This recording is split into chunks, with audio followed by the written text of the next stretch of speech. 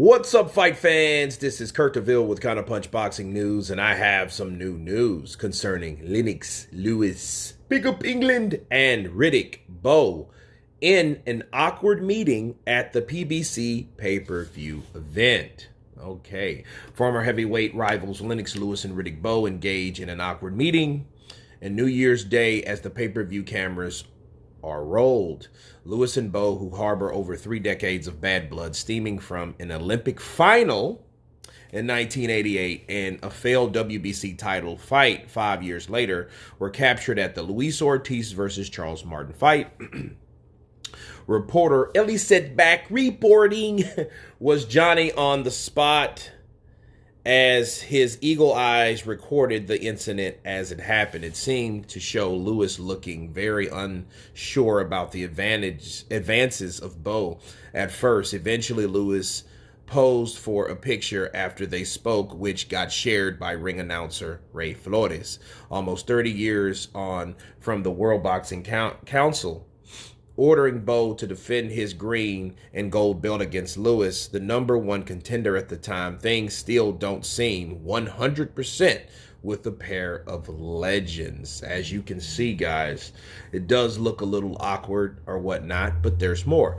Bowe was friendly enough as they chatted away and looked respectful of Lewis. The Briton certainly had his game face on for Big Daddy. The pugilist specialist was robbed of his crowning night by Bowe, having been favored to topple the undisputed champion. Lewis had already beaten Bowe in 1988 at the Seoul Games when promising to knock him out in a previous meeting.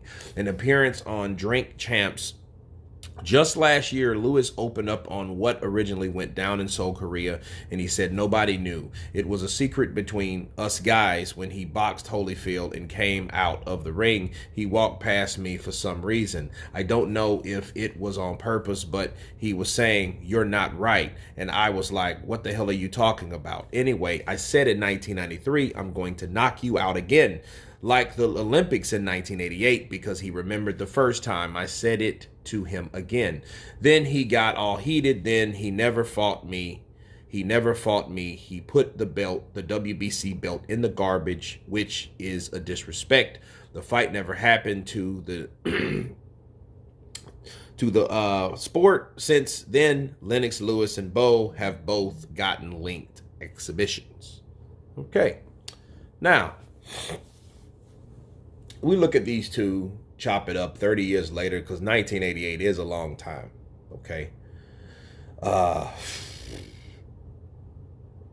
I think actions speak louder than words. Ellie Setback, shout out to Pro B's. Pro B's said this about Ellie Setback and was actually true. You know, Pro B's loved everybody. And or should I say admired everybody. And he said one thing about Ellie Setback was he never stops recording. He records absolutely everything, okay? Everything that could be recorded will be recorded, and he will have it, okay? So he has backup camera after backup camera after backup camera, right? So that's Ellie Setback, and he was able to get the footage, which you can see right now, of how Riddick Bowe kind of, how Lennox Lewis kind of looked at Riddick Bowe like, okay, I don't know about this because they're older. They have nothing really to lose. If a fight breaks out, it's a fight.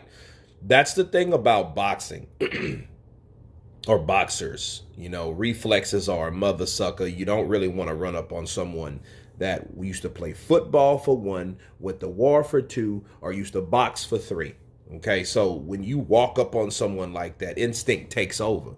You know what I mean? You might mess around and get hammered with with a reflex punch just because you're walking up on someone and they don't know what your intentions are.